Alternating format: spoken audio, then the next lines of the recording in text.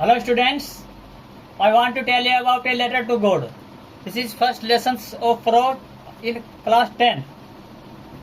इसके जो main character है ए लेटर टू गॉड के, इसका मेन कैरेक्टर लेंचो है। दूसरे पोस्ट मास्टर है जो एक डाकखाने के कर्मचारी है, उसका ऑफिसर है।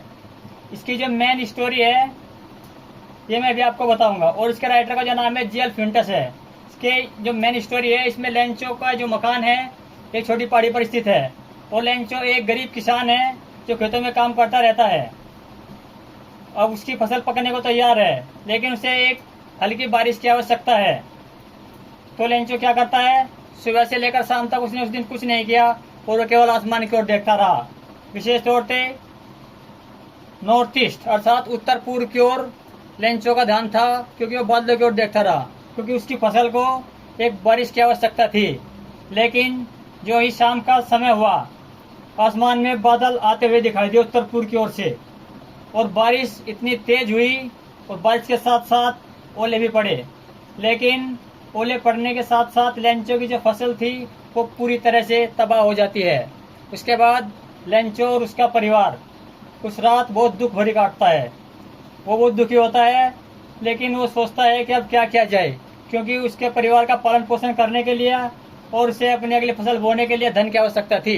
इसलिए वो पूरी रात लेंचो सोचता रहता है। तो उसके दिमाग में एक आइडिया आता है कि वो सुबह सवेरे जल्दी उठता है और एक पोस्ट ऑफिस जाता है और एक लेटर लिखता है। उस लेटर में लिखता है ए लेटर टू गॉड।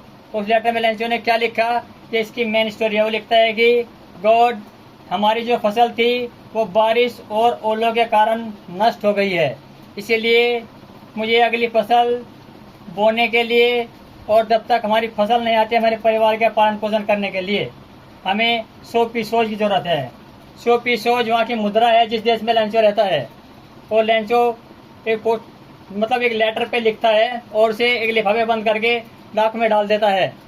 जो ही पोस्टमैन आता है और उसके लेटर को निकालता है, निकालने के बाद जब उस लेटर को पढ़ता है तो क्या होता है, वो उसे देखकर हंसता है और हंसते हुए जाता रहता है और वो अपने अधिकारी पोस्ट मास्टर के पास में जाता है।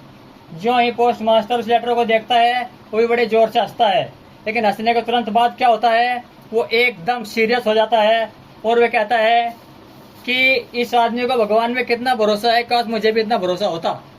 इसलिए वो कहता है कि इस लेटर का जवाब दिया जाए।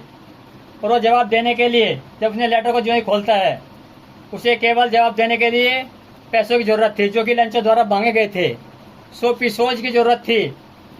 वो अपने सभी कर्मचारियों से और अपने जानकार से पैसे इकट्ठा करता है ताकि वो लेंचो की मदद कर सके।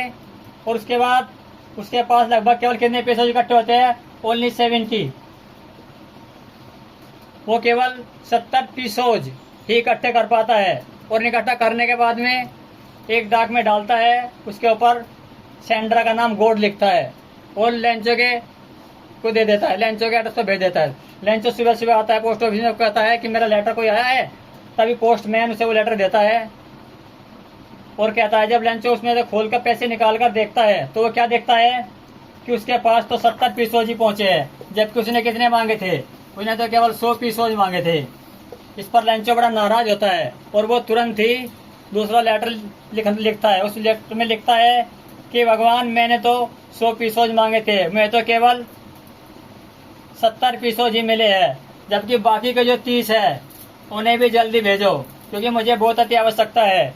और उन पैसों को आप डाक द्वारा मत भेजना, क्योंकि इस डाकखाने के जो कर्मचारी है ना, वे सभी ठग है, ठगों का एक समूह है।